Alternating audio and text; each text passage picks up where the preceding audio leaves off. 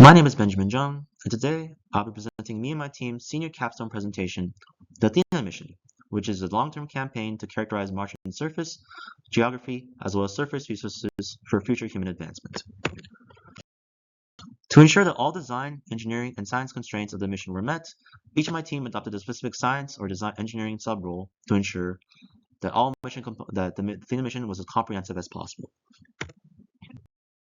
Built in response to the 2025 AIAA request for proposal, which asked for a detailed, comprehensive Martian mission that would characterize 70% of the Martian surface, as well as provide atmospheric and surface data for potential future human missions to Mars. Athena aims to achieve this goal by characterizing the geographic, atmospheric, and surface resource capabilities, primarily through the use of a constellation of satellites, as well as 2 landers for focused data collection in regions of interest. It is our hope that the Athena mission will provide robust, long-term monitoring of Mars, as well as act as a preliminary communications constellation that can be used to facilitate future communications between robotics as well as human missions to Mars.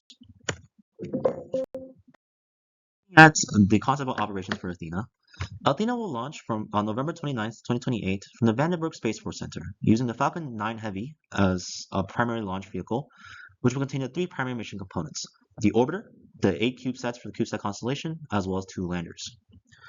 Once the rocket inserts into the short parking orbit, Athena will conduct a burn to initiate a Type 2 interplanetary transfer to Mars, during which it will both conduct a burn to insert into a high elliptical orbit, as well as begin an aggressive aerobraking campaign until finally it arrives at Mars at a stable scientific orbit at a roughly 300 to 400 kilometers above the Martian surface.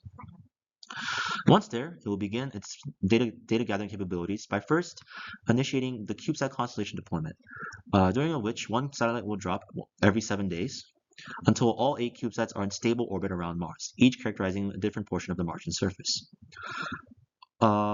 Over time, as the CubeSats begin to characterize the Martian surface as well as atmosphere, Command will initiate will identify 2 primary regions of interest in which we initiate lander drops.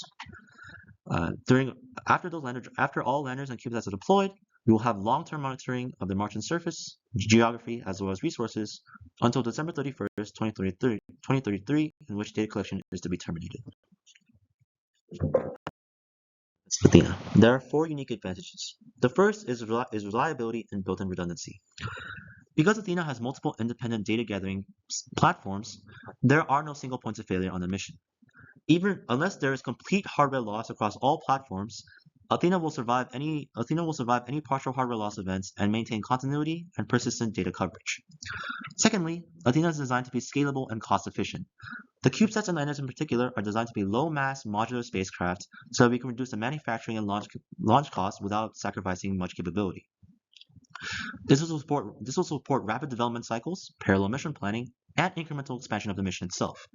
Essentially, we wanted Athena to be adaptable to any long-term mission planning.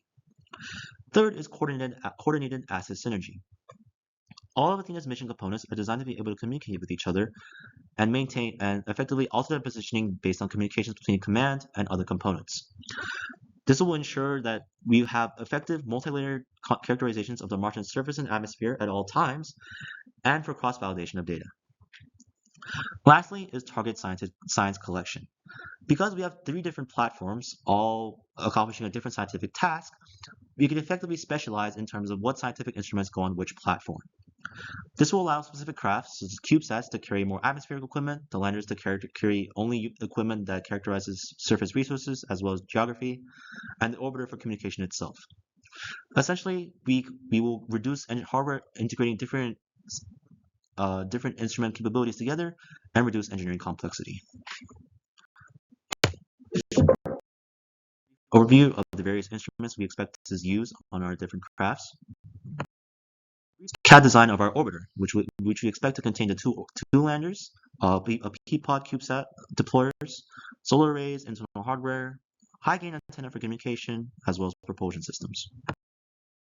Structures, which will contain all the primary components, the thrusters, structures, battery stacks, the payload, which is the scientific instruments, and the ACDS stack. Structure, which was effectively based on the Pathfinder lander structure, with the unique instruments described in the chart before, and sized down approximately 67% from the original Pathfinder, and of course without the use of a rover.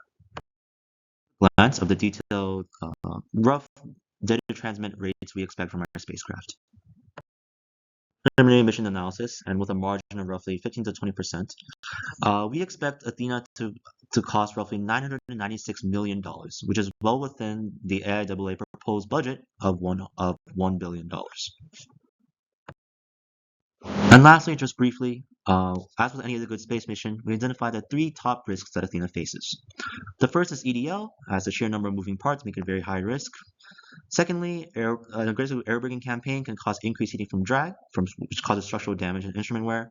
And lastly, communication misalignment, as communication is a key component of the Athena mission for efficient science data gathering. We list these strategies to mitigate these risks below. Thank you for listening to our presentation, and we hope you gained a better overview of the Athena mission.